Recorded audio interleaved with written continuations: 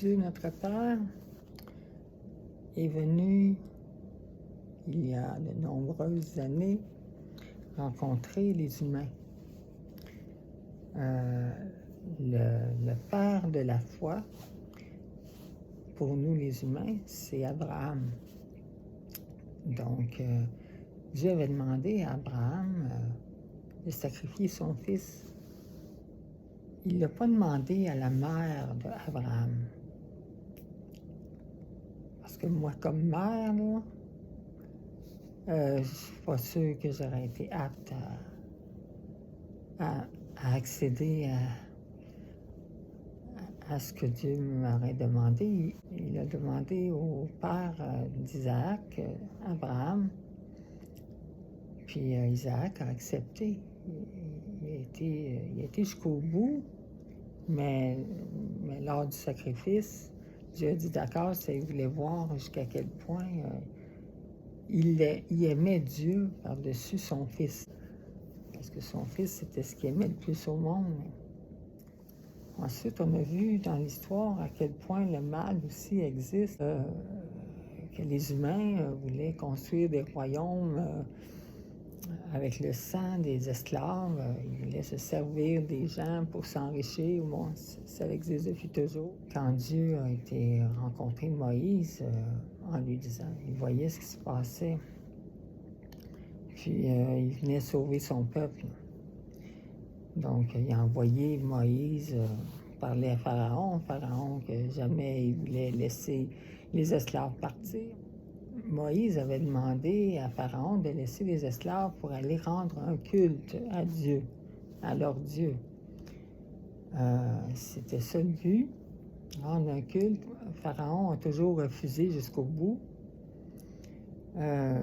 jusqu'à temps que Moïse soit obligé de dire à Pharaon, là, écoute, si tu ne laisses pas partir mon peuple, il va arriver quelque chose de terrible.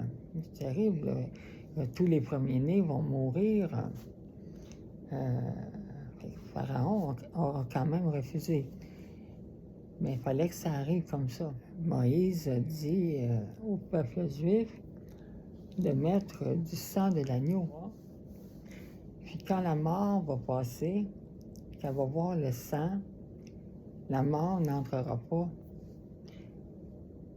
Puis effectivement, c'est ce qui s'est passé. Les gens qui avaient la foi ont mis le sang de l'agneau sur le montant de leurs portes. Et quand la mort est passée, la mort a épargné les gens qui étaient revêtus du sang de l'agneau. Mais ça, c'était déjà la préfiguration. Le sang de l'agneau, qui était le sang de Jésus, que son sang était sur les 2 bouts de bois, sur la croix, qui nous protégeait de la mort éternelle. Et les gens qui ont été sauvés par le sang de l'agneau lors du passage de la mort ont réussi à partir parce que le Pharaon a accepté que le peuple parte. Le Pharaon a changé d'idée et a voulu venir tuer tous les gens. La Pâque s'est ouverte, le passage de la mer Rouge. Puis là, ils ont pu sortir et là, être vraiment, vraiment libérés de l'esclavage d'Égypte, de Pharaon. Ça a été la grande Pâque, la Pâque juive, qui est encore fêtée aujourd'hui. Dieu a envoyé son Fils, qui était déjà prévu pour venir mourir sur la croix et nous sauver. Bon, les Juifs ne l'ont pas nécessairement vu comme vraiment leur Messie, accepté comme le Sauveur, parce qu'ils attendaient encore un Sauveur terrestre. Mais c'était autre chose, c'était pour le royaume de Dieu, c'était sauver de nos fautes, être pardonné pour entrer au royaume. Jésus est né, il est vécu sur la terre, il nous a parlé, accompli sa mission sur la croix. C'était l'ultime sacrifice. C'était Dieu lui-même qui venait comme ultime sacrifice. Parce que Dieu, notre Père, avait tellement d'amour envers nous qu'il ne pouvait pas laisser le mal gagner, là.